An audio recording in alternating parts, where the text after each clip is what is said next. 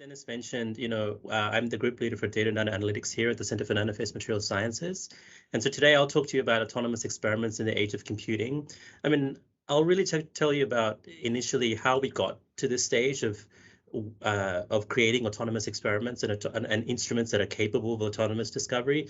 But you really have to go back to the history of the last 20 years to see how this field has progressed and why we are talking about this field at all. And so I wanted to give you some insights into how we got here, as well as what I think the challenges are in the next few years and some possible ways that we are tackling those, or that we could tackle those. So first, I'd like to thank Dennis and the organizers here for allowing me to speak at this at the seminar. It's my honor to speak to you all. And of course, before I start, I would want to acknowledge all of the co-authors and all of my group members that made all this work possible. So people including Sergey Kalinin, who's now at Amazon, but he's a professor at UTK, but formerly at CNMS. Postdoc Yongcha Liu, who has been doing a lot of the work on automated experiment for scanning probe microscopy. Maxim Zyatinov, who is another staff member at Oak Ridge National Lab, who has been working a lot on the algorithmic side. Stephen Jesse, who does everything in terms of automation for electron microscopy PM, as well as Carl Kelly, who is another staff member of the AFM group, some of whose work I will show today. As Dennis mentioned, I am from the Center for Nanophase Materials Sciences, so we are a nanoscience user facility, one of 5 in the DOE complex, and we are situated next to the spallation neutron source. So if you've ever come to the SNS, you've probably at least heard about the CNMS, which is the sister facility to the spallation neutron source, and we're situated in East Tennessee. Okay, so one thing that I like to tell people, when it comes to automated labs and sort of smart characterization tools, is that this has been a long time coming, right? So if you go back sort of to the 1980s and 1990s, there was some work in things like expert systems. There was a little bit of machine learning, not a whole lot, but there was a lot on sort of high throughput characterization, particularly for chemistry or for biology, but also some for material science. And you can read about it, for example, in this MRS symposium that was published in 2001, this book that was published for the MRS conference that year. It was edited by Ichiro and some co-workers, but basically Ichiro Takuchi from University of Maryland. But basically, if you look at the abstracts in there, a lot of those abstracts are quite reminiscent of the ones that we would write today. However, of course, in those days, they didn't necessarily have the amount of compute that we have today. They didn't necessarily have the connections between instruments and computation, and they certainly didn't have access to the data that we have today. And so I think when you look at the trajectory of this field, you will see that a lot of the seeds were created 20 years ago, basically starting from this MRS symposium. And as you go through the years, what you find is that, of course, there was some level of machine learning that was happening within material science.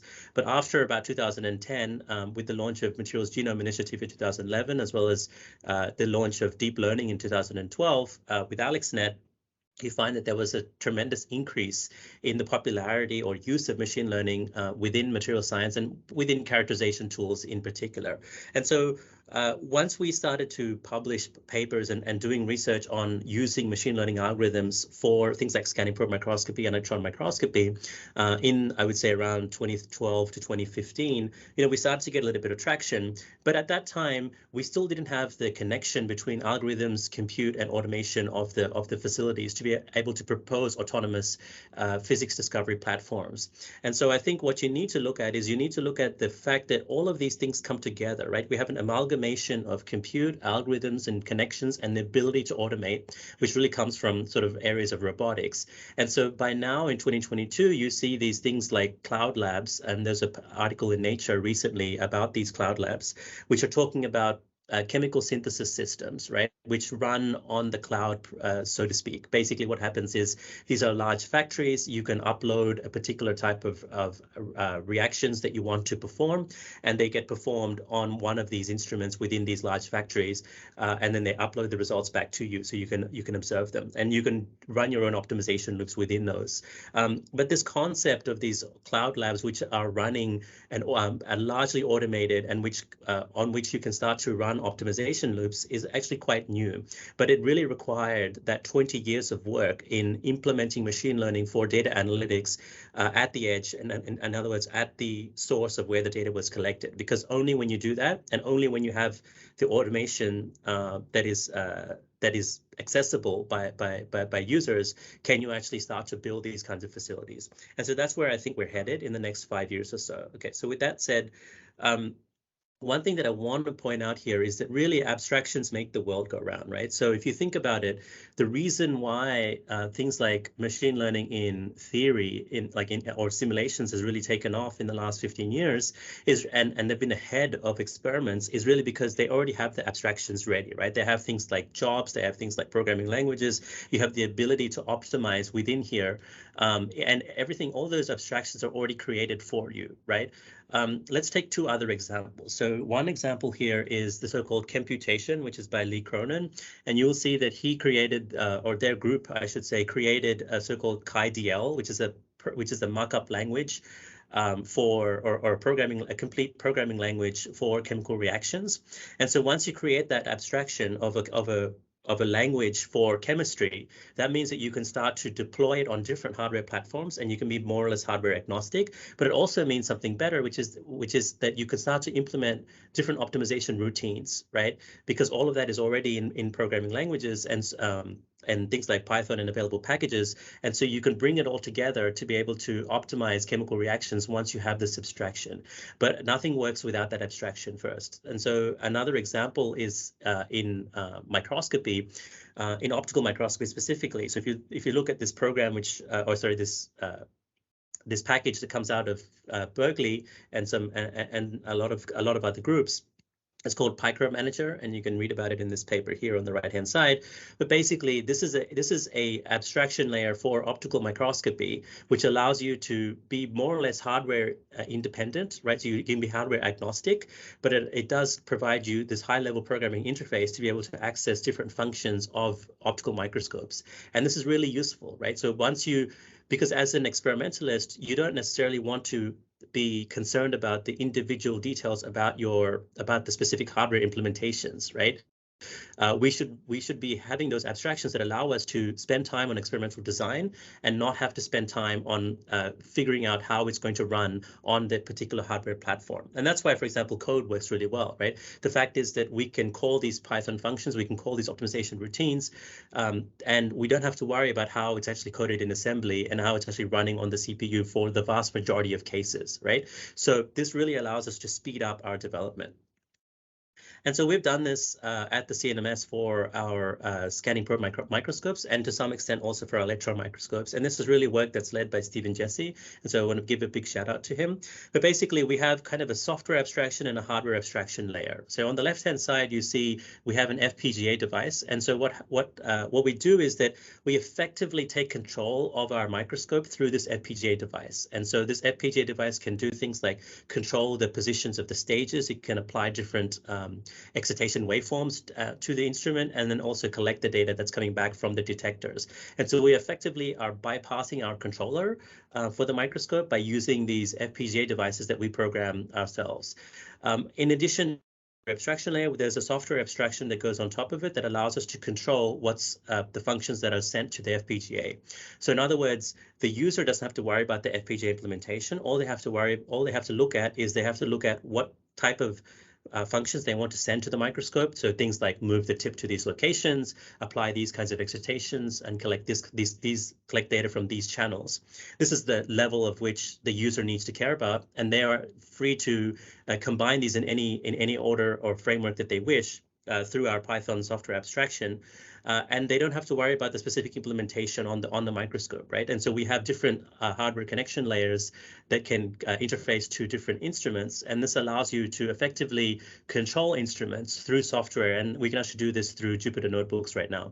And so once you create this, it really changes the way that you might think about how we do experiments, right? So if we can automate our experiments and we can automate our data acquisition, then now we can think about doing things like high throughput high throughput experiments, but on systems where you wouldn't really think that these are high throughput, right? So if we are able to automate, then we are able to start to think about experiments that would otherwise be unfeasible in the traditional single user operating paradigm.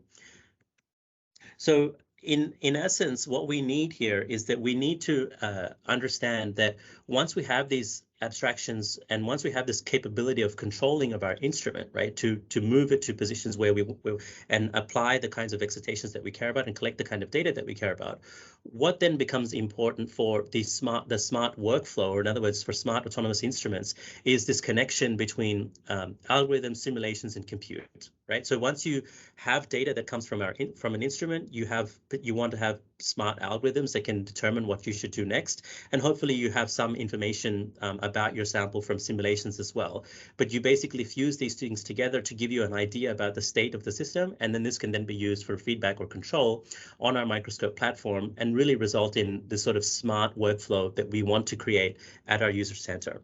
The other thing that I want to mention here is that where a lot of computational material science in particular, I think the growth area is in the next 10 years or so, is really in how to address this particular center box here, where we have a merger between algorithms and simulations to give us information about how we should control our experiment. So this is both a design of experiment problem as well as, you know, a trajectory problem. So can we control our synthesis trajectory to reach desired states? Can we control can we determine which experiment we should do next that's going to do some hypothesis testing based on the models that we already have, right? And so we're going to have to use a combination of both data-driven models and physics-driven models.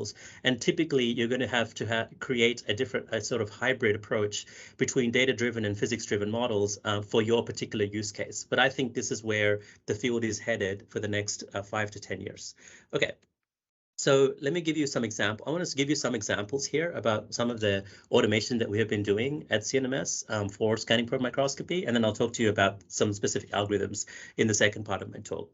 So let's take a really simple use case, right? Let's take the simplest use case for an automation system where we scan a single line and we want to perform a feedback on that line. So in this case, what we are doing is that we are scanning a ferroelectric material, which has a domain wall in the center. I trust that you can see my cursor. Yes, we can see it fine. Yes. Okay, perfect. So what you see here is that you see a ferroelectric domain wall within this particular image that's captured on the microscope.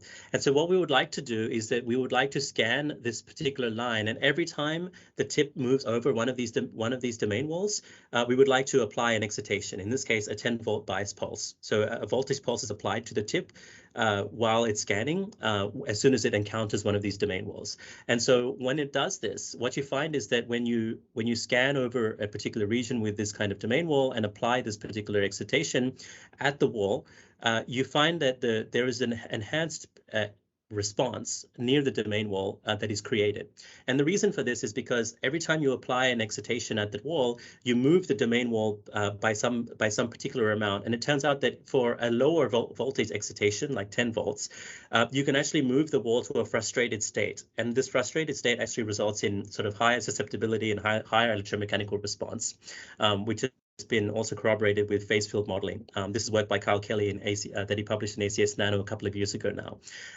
Interestingly, when you apply a larger excitation, this enhanced response actually goes away. And so you see that here in this image, there's no kind of red shadow over one side of the domain wall. And so what happens here is that the domain wall is actually no longer in a frustrated state, and therefore the susceptibility is lower, and therefore the response that you measure is actually also lowered. So what we can do here is that we can clearly show that just by doing a very simple automation where we are just doing feedback on a particular kind of line-based feature that we are finding, we are able to adjust the condition or move the system into a metastable state with a higher electromechanical response that you would not be able to create in any kind of manual kind of fashion.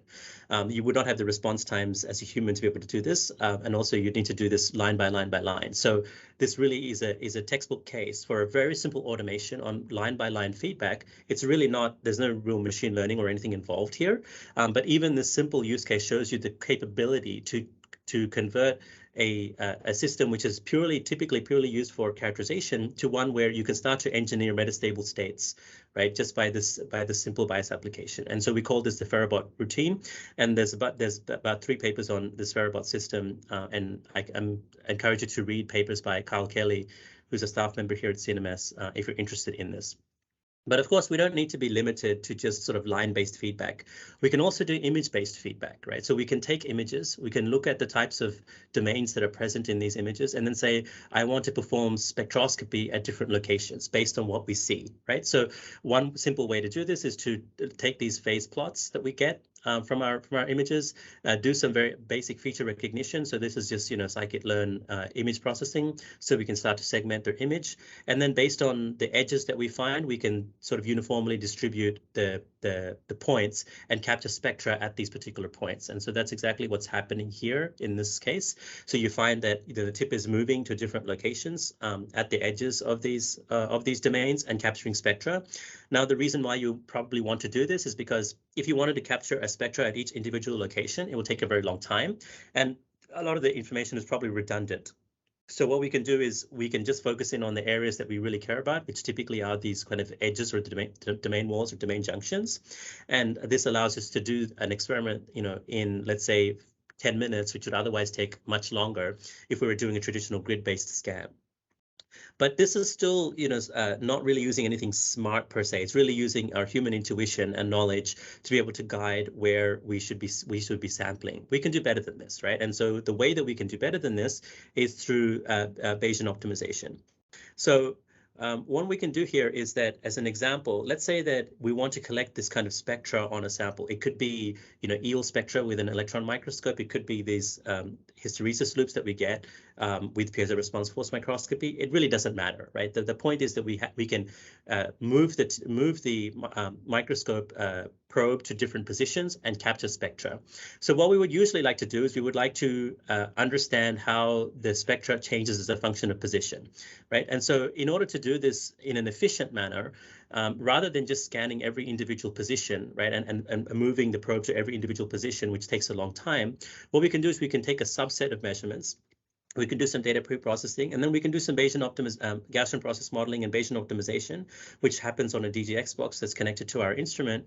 And then the DGX box will then tell the instrument what are the new list of measurement conditions to utilize to maximize some target property of interest. So let's say that our target property of interest is within our spectra. We are looking for a particular peak at a particular frequency, or maybe we are looking for, in this case, a maximum area of this particular hysteresis loop. It doesn't really matter. There's some kind of target that we have in mind that we would like to optimize. And so the Bayesian optimization loop allows us to collect spectra that's going to have the maximum chance of maximizing that particular target, right? So that's exactly what's done. But interestingly, and we published it last year, but interestingly, we found that, in fact, when you use traditional Gaussian process modeling for these kinds of samples where we have a lot of hierarchical domain structures, and you can see that here in these images where there's kind of multiple length scales, the traditional kernels like radial basis functions don't really work very well. Instead, what you need to do is you need to use an approach called deep kernel learning. And this is an approach that was first indicated by Andrew Gordon Wilson in 2015, and he introduced this idea of using deep kernels. And so deep kernels are nothing more than basically neural nets, which then feed into a Gaussian process algorithm. So you have neural nets as basically being the deep kernel, which is learning the features that of interest that actually matter in the prediction. And so what we found is that when we use this deep kernel learning approach, you can actually achieve much better efficiencies within this particular Bayesian optimization routine. And the reason for that is because the deep kernel approach takes your local image patch. So in other words, you take a local image patch here, and it learns the relationship between the local image structure as well as the local spectra that you capture at that particular site. And so by leveraging the fact that you also have high resolution imaging, in addition to your spectra, you can start to learn structure property relations through this deep kernel learning approach. And so if you're interested in more work about this, then I encourage you to look at papers by Yongtao Lu. I'm also happy to send those papers. But basically the idea here is that you start to learn structure property relations on the fly, and you can also use that structure property information to be able to improve the efficiency of your spectral capture. Now, we also have another new approach that we are working on, which is based on spectral recommender systems. So in some cases where you don't know what the target is, if the user at least can say if the spectra that's captured is good or it's bad, in other words, they've recommended or liked particular spectra, then we have an algorithm that can be used to be able to guide the search towards a spectra that look close to what was actually liked, and you're less likely to capture spectra that were sort of disliked. But that's work that we are working on right now, and in fact, it's a collaboration that we also actually have with Argonne.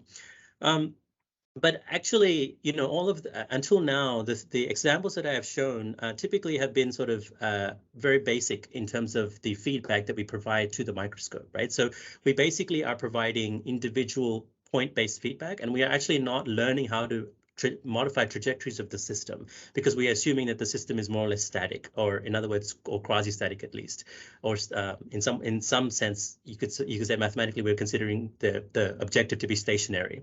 But what happens when that's not necessarily the case? Well, what happens is that you need to reformulate the problem, and the problem needs to be reformulated as a reinforcement learning problem. And so what happens in reinforcement learning is that it's a type of machine learning where what we wish to do is we wish to understand how to behave in a particular environment to maximize a reward that the environment actually gives us. And so in reinforcement learning, the typical setup is that you have an agent. The agent it performs actions based on partial information on an environment, and this environment spits out states as well as rewards that the agent receives. So the goal in reinforcement learning is that we want to learn how to act in this environment to maximize some notion of reward, and this reward function is something that we provide as users. Let's say that we want to maximize some particular material property of interest. Let's say that we want to optimize some morphology of our system. Then we can insert these as rewards, and we can let the agent, through trial and error, figure out how to behave in the environment and how to tweak the parameters of the environment dynamically to achieve the maximum cumulative rewards that are possible. Now, reinforcement learning agent is very computationally expensive, and so for the next 10 minutes or so, I want to discuss an algorithm that we have been working on, a scalable algorithm that we have been working on for reinforcement learning. And so in order to do that, I want to mention, give you a little bit of intuition about how reinforcement learning actually works.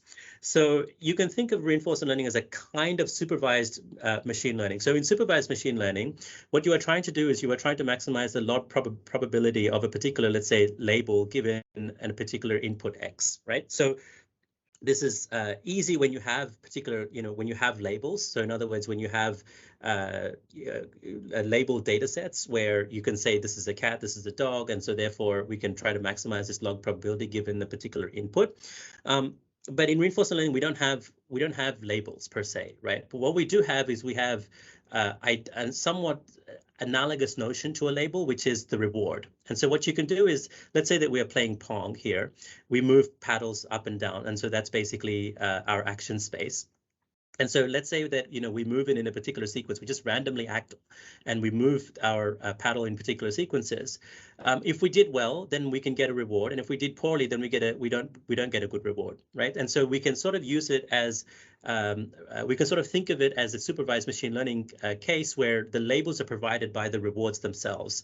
And so in reinforcement learning, you want to maximize the log probability of those good action sequences and sort of minimize the chance of performing action sequences which resulted in bad rewards, right? So this is the basic idea or basic premise behind reinforcement learning.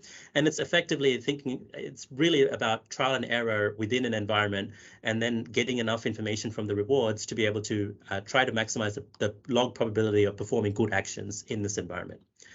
All right. So what we can do, from a formal perspective, for a slightly more formal perspective, we are trying to learn a policy, and usually the policy is denoted by this by pi. And so a policy really defines how an actor or agent behaves in an environment. And it's defined as a distribution of actions over states, right? So given a particular state, right, what are the kinds, what's the probability of performing these particular actions? And that's basically what the policy actually says. And we can sample this policy to obtain trajectories through an environment. And usually the environment is modeled as some kind of Markov decision process.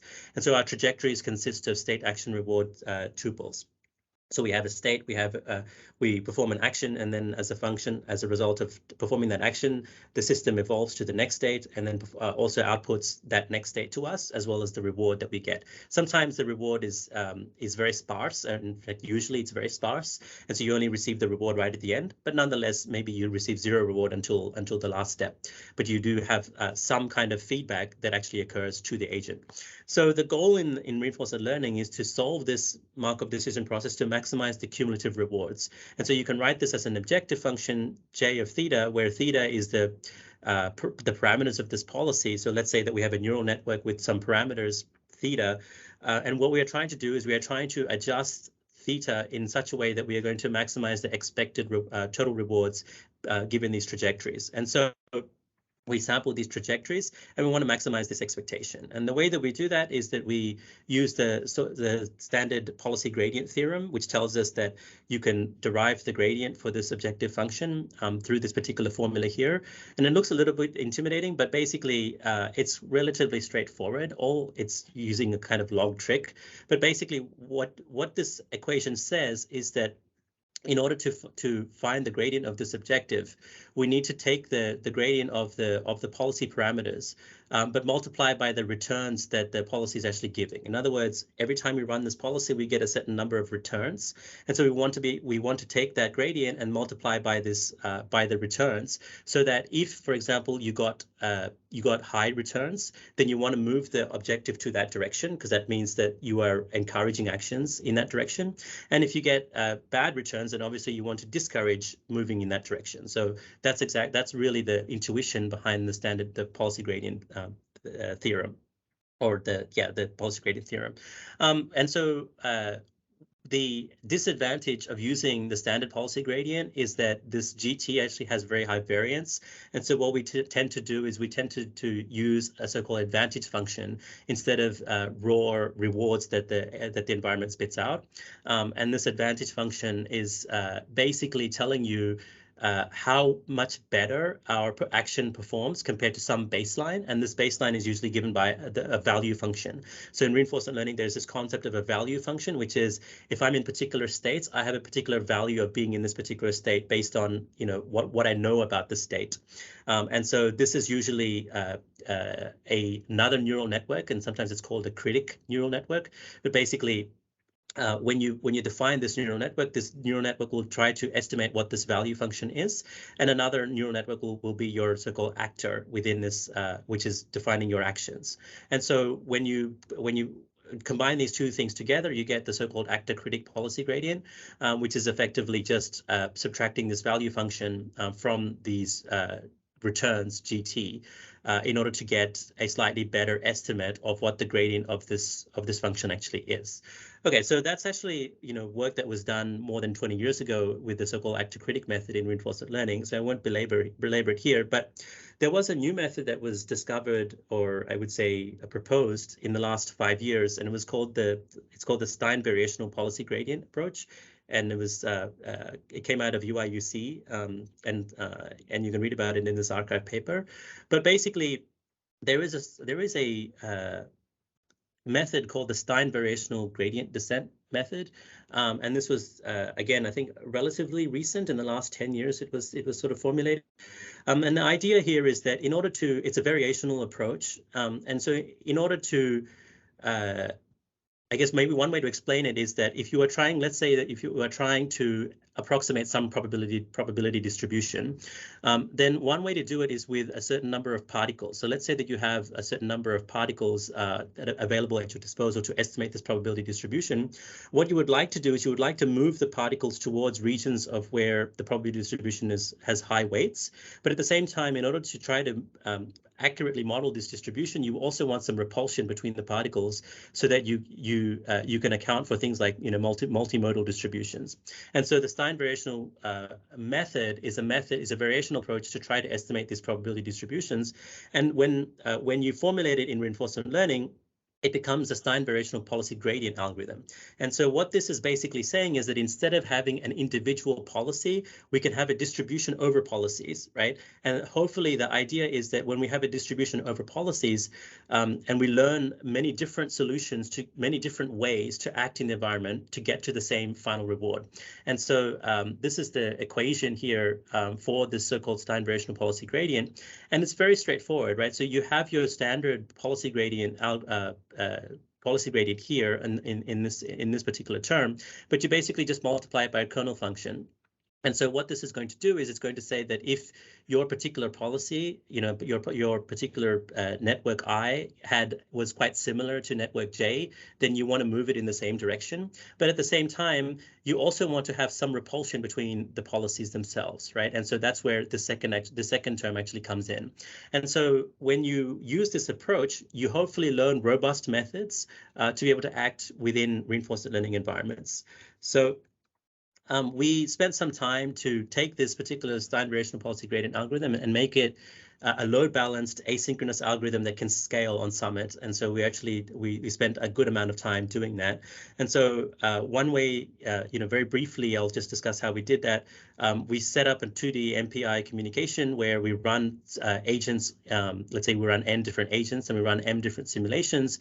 If you were to do this in a standard sort of mode, what would happen would be that you would be limited at every update step by the slowest simulation. So if you have n by m simulations, then you'd need to wait until all n by n simulations are done before you can actually calculate your policy gradients for each agent and then determine what the Stein update is for each agent. But if you want to do it asynchronously, one way to do that is that you can have each agent complete their runs independently and then just look for which agents have already completed them in order to do their own updates. So this is one way that we can do it, and this is one way that you can convert the synchronous method to an asynchronous algorithm. But when you do this, and this is exactly what this schematic is showing, where you have agents with different policies, they operate in different sort of replicas of the environment.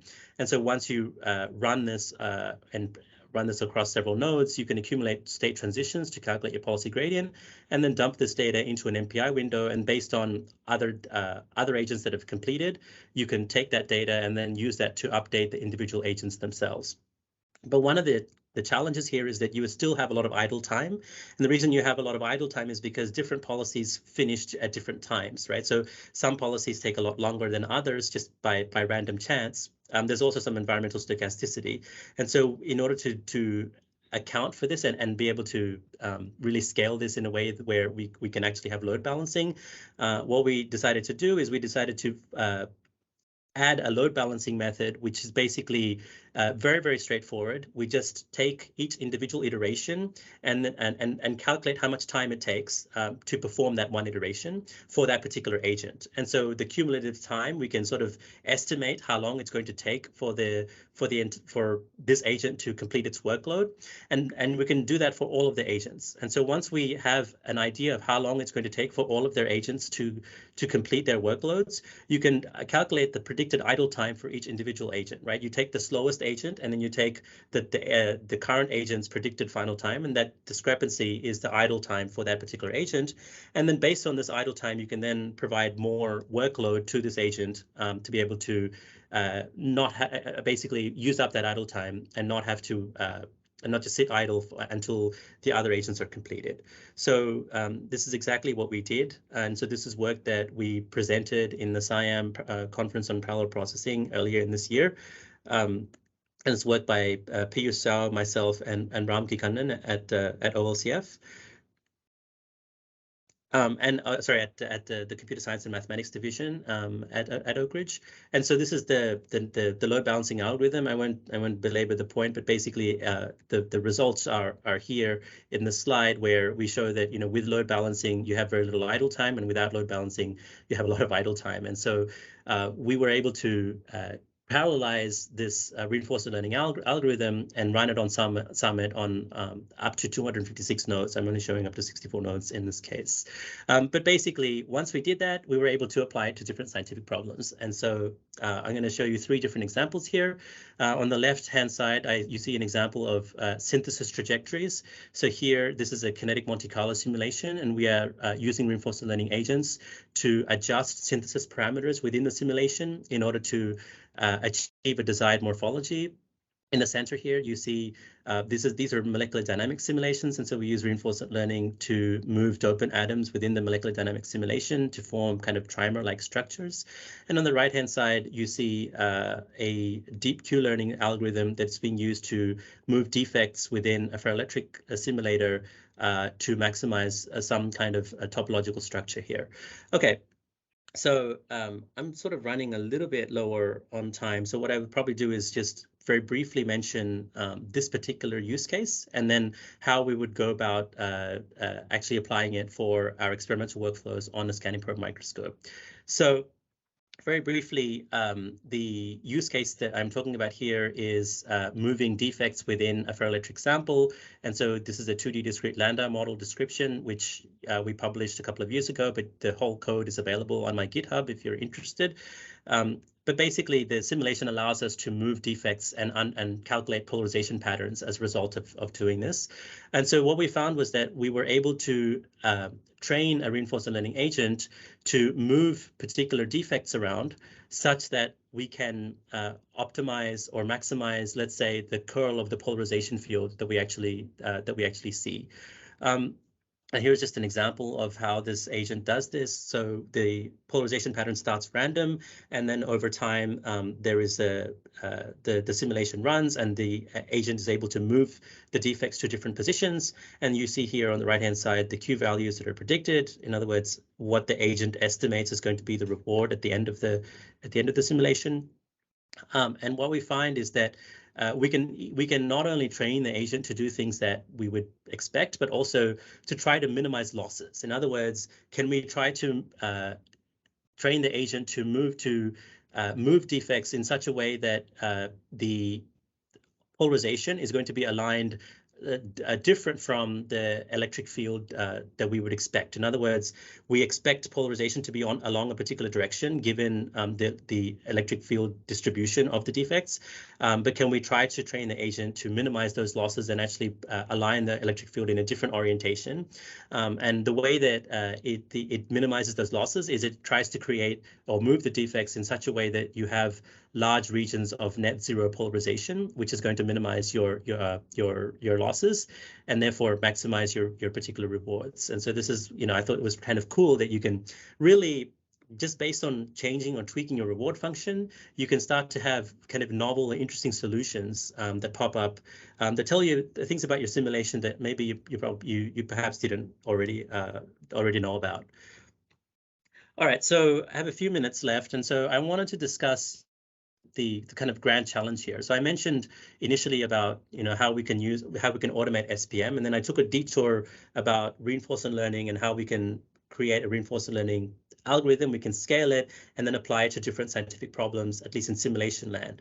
So now comes the kind of the grand finale, which is to try to tie that all together, right? So can we actually use reinforcement learning? Can we use automated SPM and actually do something unique and novel based on that? And so how would this workflow actually look? I wouldn't say that we've already done it, but we are working quite diligently, and hopefully this year we'll be able to do this. So basically, the workflow looks like this. Let's say that we want to optimize, some sequence of bias pulses within this particular sample to create regions of, maybe high curvature or high photoconductivity or some other property that we care about at these ferroelectric domain walls.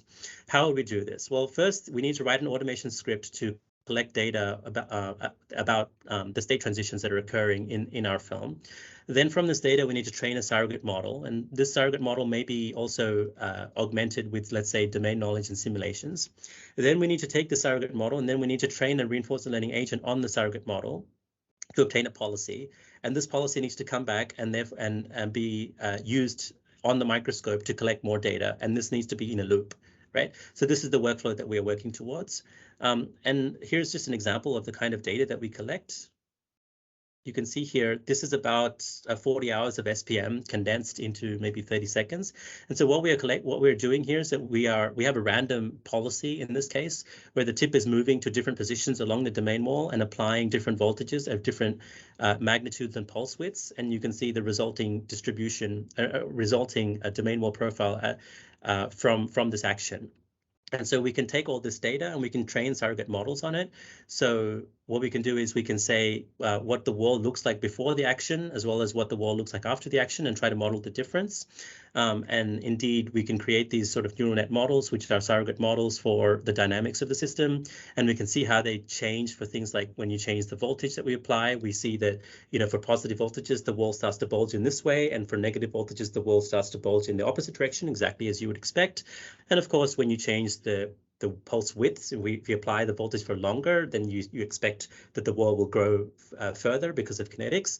And so all of these things make sense, and you can basically chart out these sort of phase diagrams of how the wall would respond for different voltages and pulse widths, right? So the next step is really, can we take these surrogate models, which we just created very recently, by the way, maybe in the last 2 weeks or so, and can we then use reinforcement learning agents that are trained on these surrogate models to be able to adjust the action sequences to be able to form particular types of domain wall profiles that will optimize the parameter of interest. And so what we need to do is we need workflows to be able to do this, because we need both edge computing to train the surrogate model, as well as HPC resources to do the reinforcement learning. And so we're in discussions with Ben Blasik's group here at UChicago and Argonne to be able to use some of their tools to make this workflow happen.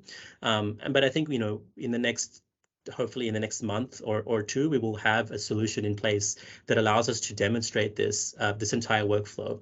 And I think once you do this, right, this will be an example of how we can take that automation in SPM, as well as the advances that we have made within our algorithms and edge computing and edge and HPC compute capability, to be able to really affect our microscopy characterization and really turn it from something that has been traditionally used as a characterization tool to something that is actually capable of optimizing material structure on the fly. And I think this would be a really good advance for the microscopy community. So with that said, I think I'm exactly on time at 4:45. So I'm very happy to take any questions. And if you'd like to learn more, please follow me on Twitter, or you can also email me at this particular address. So thank you very much.